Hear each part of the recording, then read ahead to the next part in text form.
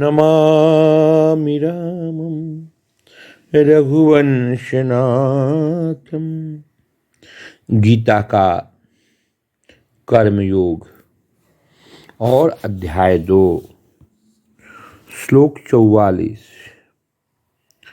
भोगैश्वर्य प्रसक्तानां त्यापहृत चेतसां विवशात्मका बुद्धि समधो न विधीयते।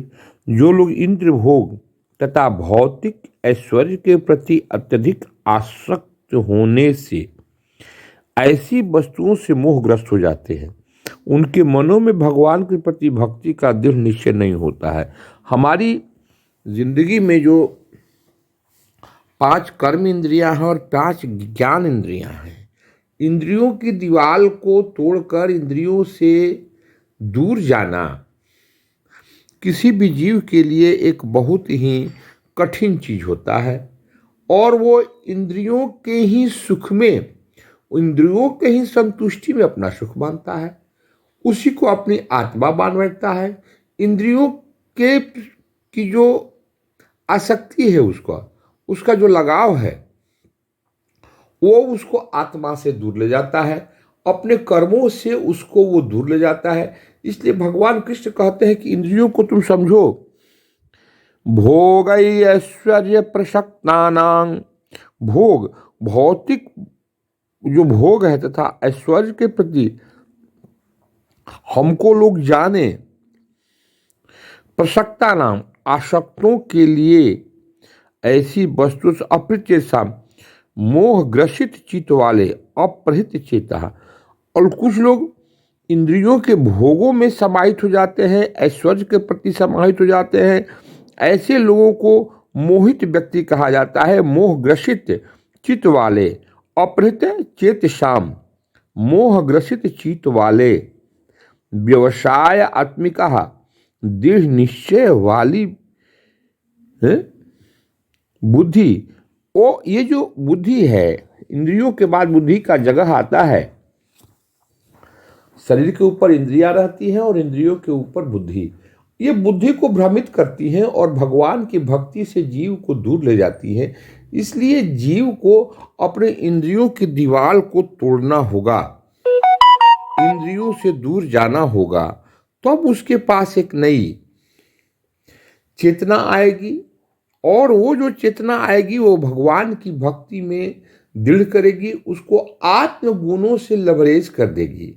वो अपनी आत्मा के प्रति आसक्त होगा, और जब तक कि जीव इंद्रियों के ऊपर अपनी बुद्धि का राज नहीं करेगा और अपनी बुद्धि के द्वारा इंद्रियों के भोगों से दूर होने की बुद्धि को वो पालन नहीं करेगा, तब तक तो इंद्रियों का जो सुख है, जो समाज में ऐश्वर्य है, वो वही उसको आत्मा का गुण लगेगा। भगवान कृष्ण कहते हैं कि तुम्हें इस चीज को समझना होगा। फिर 45वें श्लोक में कहते हैं, त्रिगुण विषय वेदा निरस्य गुण भवार्जुन निर्द्वंदो नित्य स्वस्थासो निर्योग क्षेमात्मवान। वेदों ने तो तामसी, सात्विक, राशि तीनों गुणों का वर्णन किया है, लेकिन भक्त को इन तीनों गुणों से ऊपर उठना है। ये नहीं कि हम इन तीनों गुण, या तो सात्विक गुण है, या राशि गुण है, या तामसी गुण है, इसी में हम समाये रहें। ये तीनों बोध ऐसी है, बंधन कारक है। हमें इन तीनों गुणों के प्रति अपनी सजगता बनाए रखनी होगी, और द्वंद्वात्मक बुद्धि का, हानि लाभ का, सुख दुख का, जस अपजस का, मान अपमान का, ये जो द्वंद्व है, इस द्वंद्व से हमें दूर होना होगा। और ये तभी होगा जब आपके ऊपर इंद्रियों से ऊपर उठ करके आप आत्मबुद्धि को प्राप्त करेंगे। सारे भौतिक कार्यों में प्रकृति के तीनों गुणों की क्रियाएं और प्रतिक्रियाएं निहित होती हैं। इसका उद्देश्य कर्म फल होता है, जो भौतिक जगत में बंधन का कारण है।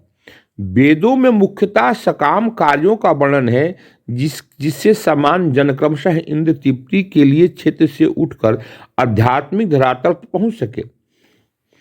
भगवान कृष्ण अपने शिष्य और मित्र के रूप में अर्जुन को सलाह देते हैं कि वेदांत दर्शन के आध्यात्मिक पद तक ऊपर उठे, जिसका प्रारंभ ब्रह्म जिज्ञासा अथवा परम आध्यात्मिका पर प्रश्नों से होता है। इस भौतिक जगत के सारे प्राणी अपने अस्तित्व के लिए कठिन संघर्ष करते रहते हैं। उनके लिए भगवान ने इस भौतिक जगत की सृष्टि करने के पश्चात वैदिक ज्ञान प्राप्त दिया है, जो जीवन यापन और भव बंधन से छूटने का उपदेश देता है। हमें याद रखना है कि हमें सात्विक, तामसी, राजसी, ये तीनों जो गुण हैं, इनसे हमको ऊपर उठना है। कैसे? जैसे एक छोटे से कूप का सारा कार्य एक